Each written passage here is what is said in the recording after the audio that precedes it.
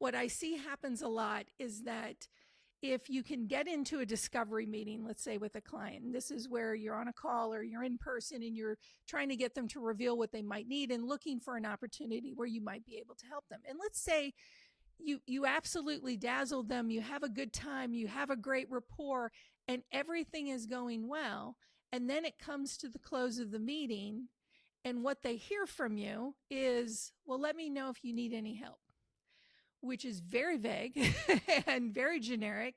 And it puts the onus on them to try and figure out, oh, okay, well, do I have a project or do I have a thing I need them to do?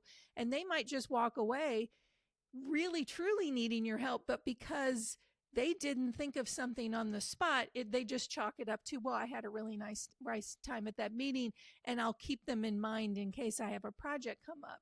And so essentially what that ends up doing is, the expression of you can lead a horse to water, but you can't make it drink. That doesn't even do that.